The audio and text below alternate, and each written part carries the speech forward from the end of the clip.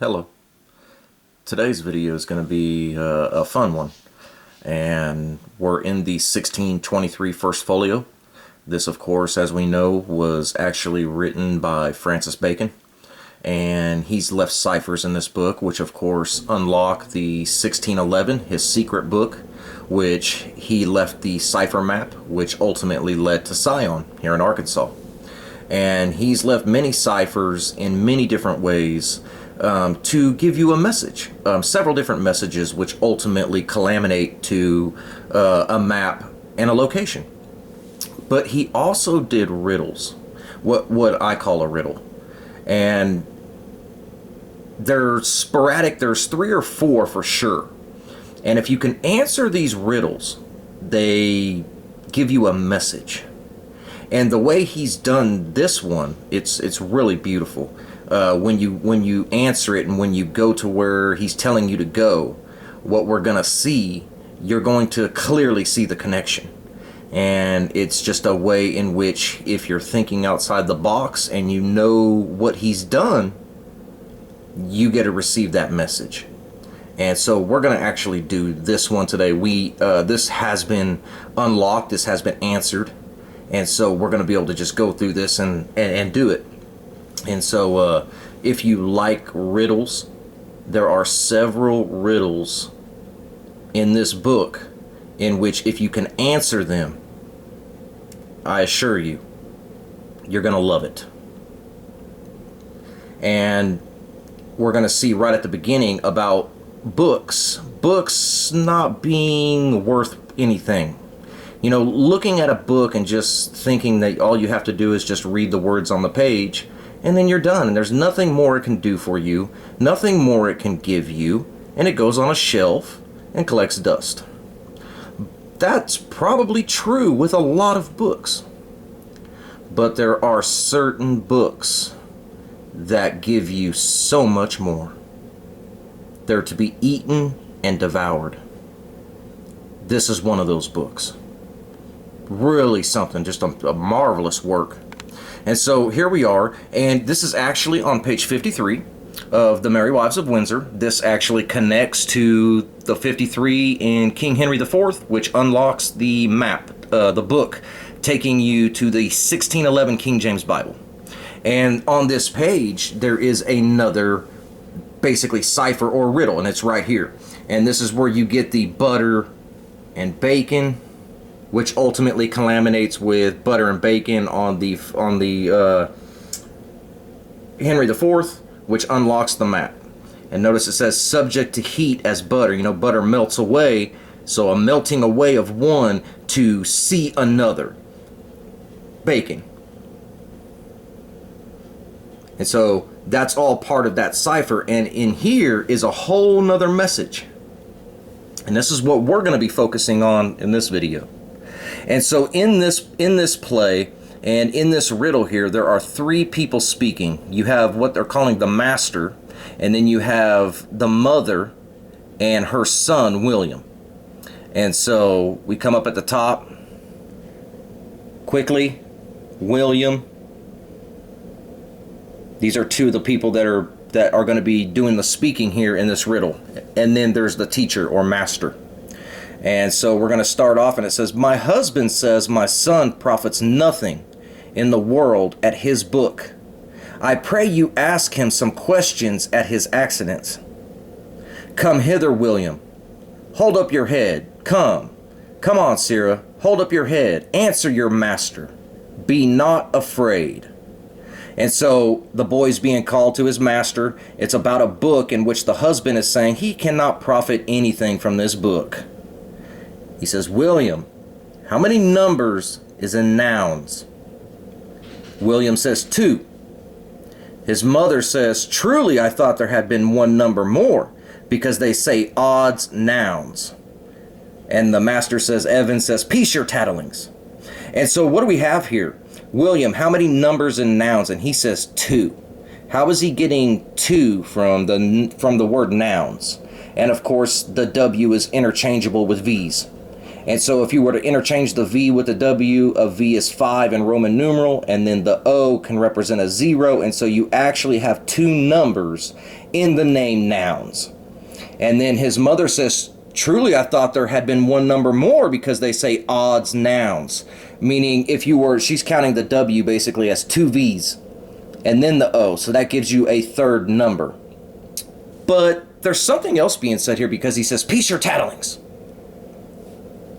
Nouns, person, place, or thing. A person. Where we have in riddles, if this is a riddle that Bacon is leaving, we need to be thinking outside the box. You want me to focus on a person. Well, persons have names, so I'm looking for a name. And according to this name will have three letters, but two of those will be numbers. Do we have that in the 1611? Well, we do. It's a book called Job. The J or the I in 1611 is a Roman numeral, and then the O can represent 0. And then of course the B, the third letter. Let's keep going, because there's another clue. He says, peace your tattlings. What is fair, William? William says, pulcher, meaning that's Latin for beautiful. Powcats, there are fairer things than powcats, sure. You are very simplicity, O man. I pray you peace. What is lapis, William? William says, a stone. And what is a stone, William? William says, a pebble. No, it is lapis. I pray you remember in your praying. And so, what is lapis? Lapis is it's called a lapis stone, and it looks just like a sapphire, only it has little flakes of gold in it. And so it's also a softer stone, much easier to work with than sapphire. So they would use a lapis stone many times instead of an actual sapphire stone. In Aaron's breastplate, it was actually a lapis stone that was put in the breastplate rather than a sapphire. They look identical, except one has little flakes of gold in it and is easier to cut. And it's not the size of a stone. He says a pebble. What is a stone, William? No, a pebble. He says, no, it is lapis. Lapis is a very distinct, it's not based off of the size of it. It's a very distinct stone, if you know what it is. And so why is that important? We're going to remember lapis stone. We're going to come up here at the very top. That should be a Q, but it's clearly a 2. We know that because if you come down, you can see where he's gave us the Q.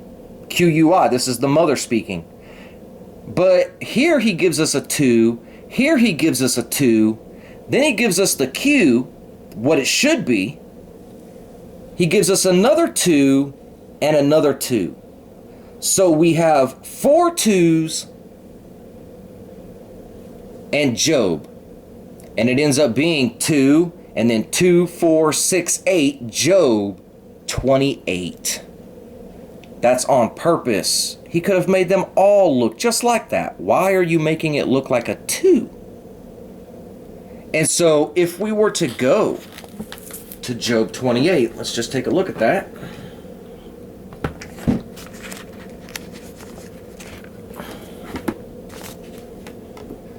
If we have this correct, Job, 3 letters, but 2 of those are numbers. Surely I had thought odds nouns. 28. Got that from the 2s he has on the side, which should be Q's. And look at what he has right here. There is a knowledge of natural things, but wisdom is an excellent gift of Elohim. Yes, it is. You see, there's a natural knowledge that people have. Anybody can open up a book and read the words that are on the page, but wisdom is a gift. You have to earn it. And so here we are in chapter 28. Now, if this is a riddle cipher in which you're trying to leave me a message, what would I do next? Well, I know 33 is a huge number of his. And so 28, chapter 28, verse 5. 28 plus 5 is 33. If I go down to verse 5, look at what we have. As for the earth, out of it cometh bread, and under it is turned up as it were fire. The next verse. The stones of it are the place of sapphires, and it hath dust of gold. That is a lapis stone. You will never see the word lapis in the Bible. They never say lapis stone. It would always be translated as sapphire. But one time in the 1611, it is described, and it's right here. And this is describing a lapis stone. Isn't that something? What are the odds of that? That we had a riddle in which was talking about a noun or a person and a lapis stone, and we were able to go right to his secret book and come right to the one verse out of the whole chunk of text in the Bible, to the one verse talking about a lapis stone.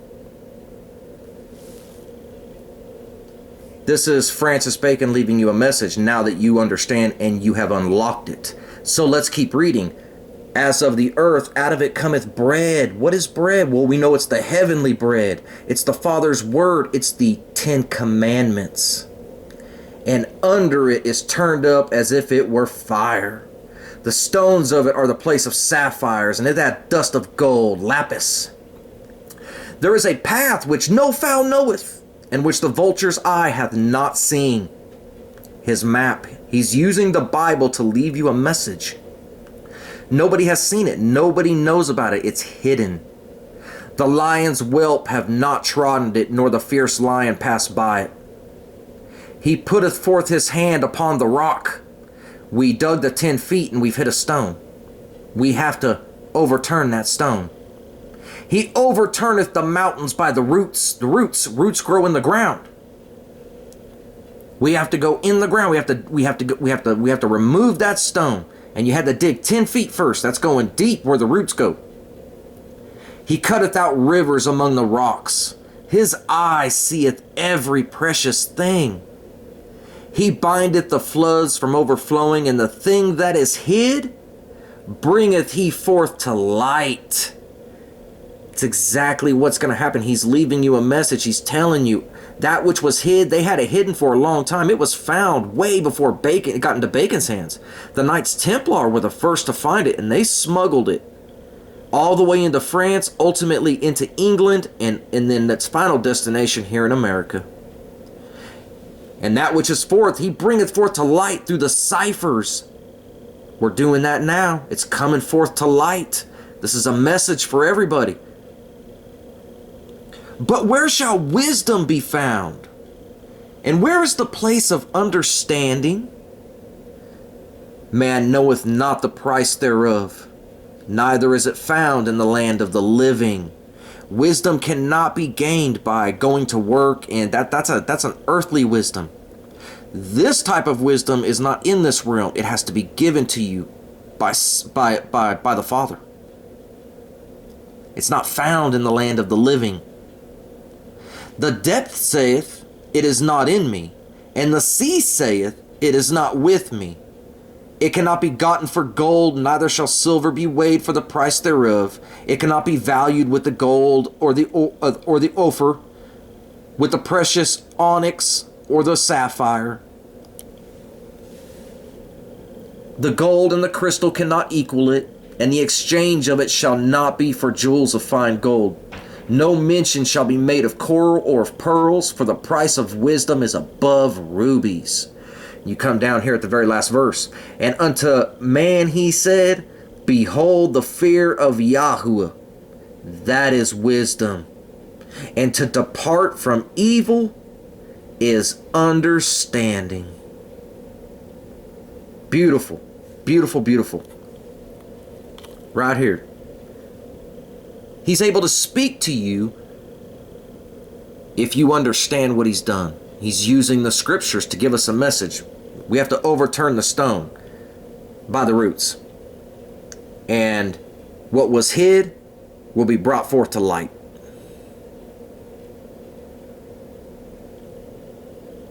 There is a knowledge of natural things, but wisdom is an excellent gift of Elohim. And then off to the side, look at what he puts. The voice of the nobles was hid. Their voices are hid. We have to find them, and we're doing that. Now, isn't that incredible? I find that to be absolutely incredible. Francis Bacon has not been exalted the way he should be. He has not been honored for the faith that he had in the Father and in the work that he has performed here. Do you know how much time it took to create a book? To even create a book in that time period. It was an expensive process. It was tedious. That's why we know they don't make mistakes. It's not like a process like today. You almost basically had to be a mathematician in order to print books. And it was very expensive. It would have taken these men a lot of time to do all this work. But there it is, a riddle. And the whole thing is about a book that can do nothing. The Father saying, his book is not going to profit him none. But that's just not true. Certain books are to be eaten and devoured, such as the King James Bible, the Hebrew Scriptures, the First Folio. It's a very hard read, but if you are a skilled reader, it's amazing the things that you will find in this book. So many ciphers. We just needed the cipher table. And so that's just a quick video. I think it's just magnificent, and we're getting ready to overturn this stone. A man's coming out. Everything's being prepared now. We've been in a waiting period, giving people time to consider and to look at from the beginning of the videos to where we are now. It's all on there. You see the progression.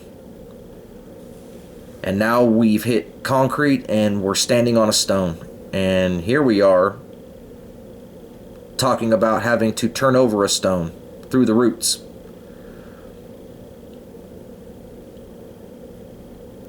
Linking it with a lapis stone.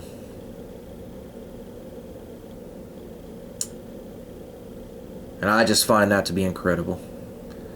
And when this is done, all of this is just one after another after another. People are just not going to understand what to do with it. And I mean, like little things like this, you know, clearly supposed to be a Q, but he's putting a 2. You know, 2, but then gives you a Q. That's to let you know this is on purpose. And ultimately to get you to Job 28, which talks about the lapis stone. And it's amazing. It's amazing. These books are thick chunks of text. I mean, it's just not... we're beyond coincidence. From page 53, all correlating with the map. Very coordinated. And so I hope you guys enjoyed it. All praise to Yahuwah. Thank you for wisdom and understanding. Thank you for allowing us to understand the operation of your hands, your work, and for allowing us to be a part of it. Thank you for life. Thank you for your commandments. Thank you for discipline, chastisement, mercy. You are a King of Kings. And we're coming. We're coming. In Yahushua's name, amen.